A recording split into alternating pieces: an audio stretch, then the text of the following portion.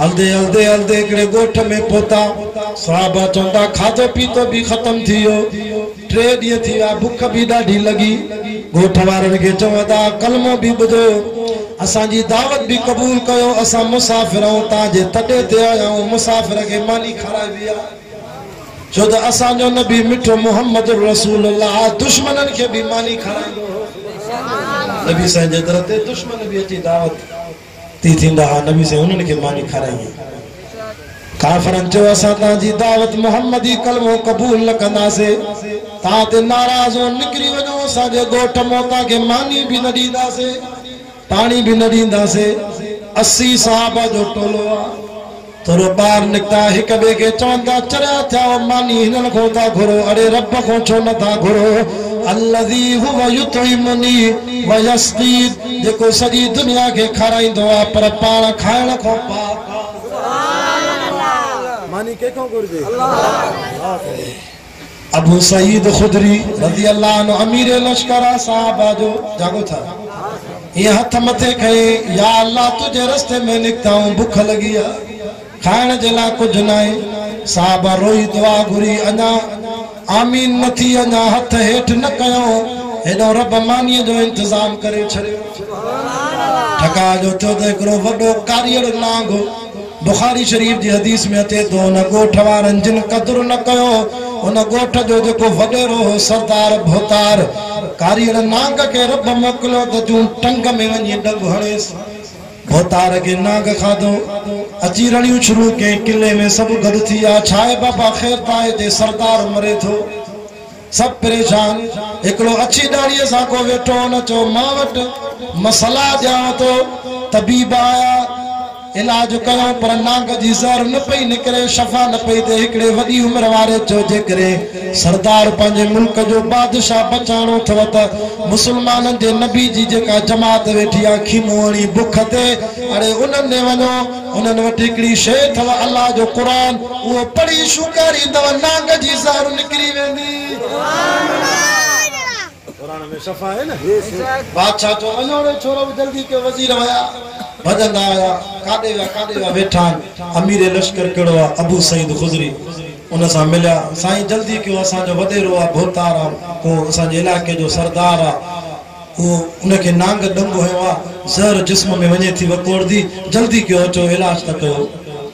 हज़रत अबू सईद खुदरी चयो असां ईअं इलाज न कंदासीं, तव्हां असांजी इज़त न कई, मुसाफ़िर हुआसीं, महिमान, हाणे वॾेरे खे हेॾे खणी अचे, असां छो होॾे हलो, हेॾे खणी अचो, तव्हां असांजी कहिड़ी इज़त कई? जल्दी भजंदा विया। वॾेरे भोतार खे चयोसीं, हो कावड़िजी विया, असां न उन्हनि जो कलमो क़बूल कयोसीं, न मानी जी सलाह न पाणी जी।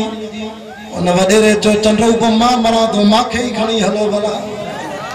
अब डॉक्टर जो न अचे त पोइ मरीज़ पाण खे खणाईंदो न, डॉक्टर कावड़ लाइ मूंखे खणी हलो, सूर त उनखे हूंदो न जेके लॻल हूंदी। मां मरां थो, मूंखे पुॼायो। सरदार भोतार खे खणी आया। अबू सईद खुदरी चयो अल्हम्दुलिल्लाह, शफ़ा रब जे हथ में आहे, असां वटि क़ुरान आहे, पढ़ंदासीं, पर बादशाह ॻाल्हि ॿुध, असां 80 साहबा आहियूं, हिक हिक साहबीअ खे बकरी ॾींदे या छेलो ॾींदे पोइ पढ़ंदासीं। सुभान अल्लाह, या छेलो ॾियो या बकरी ॾियो।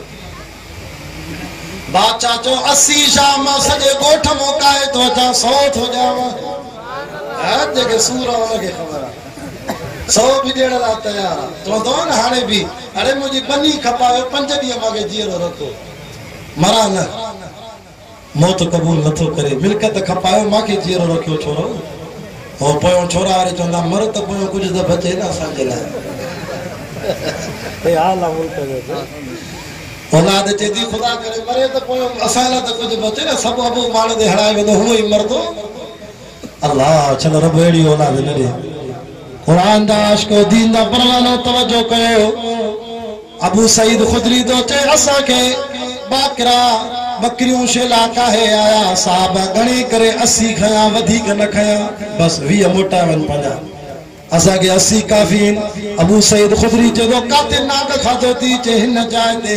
उते साहबी पंहिंजो हथ रखी चए तो बिस्मिल्लाहिर रहमानिर रहीम अल्हम्दुलिल्लाह रब्बिल आलमीन अर्रहमानिर रहीम मालिक यौमिद्दीन इय्याका नअबुदु व इय्याका नस्तईन इहदिनस सिरातल मुस्तकीम सिरातल लज़ीना अनअमता अलैहिम गैरिल मग़ज़ूबि अलैहिम वलद्दालिन।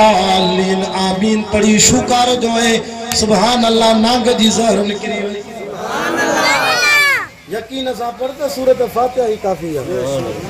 हां बिस्मिल्लाह वरी शे नाग जी ज़हर निकती वडेरो खुश थियो।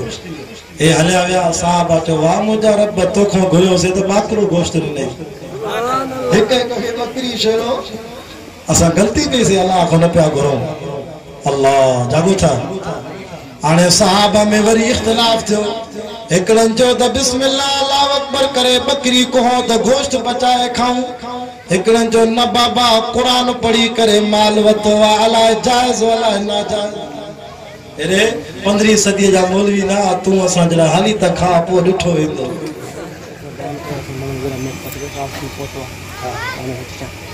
जल्दी वठी जल्दी न माखे भी कंबर वने प्यार जैसे ना कुरान जा आशिको जागो था। अल्लाह मदीने वाले साईं आमिना दे लाल मुझे महबूब करीम सल्लल्लाहु अलैहि वसल्लम जे साहबा में इख्तिलाफ थियो। जेके वधिक मुत्तकी परहेज़गार उन जो न बाबा कुरान पढ़ी माल वतो अलाए जायज़ अलाए नाजायज़ के सूफी भी हा वधिक। हिकड़न जो न बाबा भूख लगी आ खाओ जे न बाबा न वरदा ते भला हलो त सजो माल काए मदीने हलो। अरे असां भूख ते जो 3 ॾींहं गुज़री वे असां त न छॾऊं बकरी खे हाली त छेड़ो को पो ॾिसदासीं। ए हुजूर जा साहब मौलाना हिक हिक गिरहला सोचींदा त अलाए जायज़ अलाए नाजायज़। भूख ते काथे शाम जो इलाको काथे मदीनो वरी सजो माल काहे आया काडे मदीने। साईं जन ॾिठो त साहबा त अचनि था ॿिया साहबा भी भूख ते वेठा हिक ॿिए खे चवण लॻा वाह मुंहिंजा रब भूख लगी बकरियुनि जो धण थो अचे गनीमत जो माल आहे खाईंदासीं। सभु ख़ुशि थिया।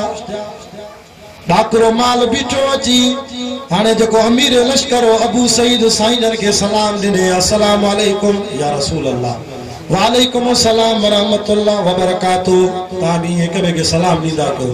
अस्सलाम वालेकुम चवंदो 10 नेकियूं लिखबव 10 गुनाह माफ़। अस्सलाम वालेकुम वरहमतुल्लाह 20 नेकियूं 20 गुनाह माफ़। अस्सलाम वालेकुम वरहमतुल्लाह वबरकातुहू 30 नेकियूं 30 गुनाह माफ़। हजरत अबू सईद तो जे साईं वया से दावत तबलीग जे सिलसिले में खाइण पीअण जो सामान खत्म थियो। गोठ वारन कदुर न कयो अल्लाह को घुरियोसी नाग ज़हर हई डंगो ए वडेरे के असां तो कुरान पढ़े से सूरत फातिहा शफाए अल्लाह उनके शफा ॾिनी माल वठी आया हूं। हाणे तव्हां ॿुधायो साईं जायज़ आहे कन नाजायज़ आहे। जेकॾहिं इहो माल असां साहबा खे नाजायज़ आहे त सभु 80 बकरियूं मोटाए ॾेई अचूं।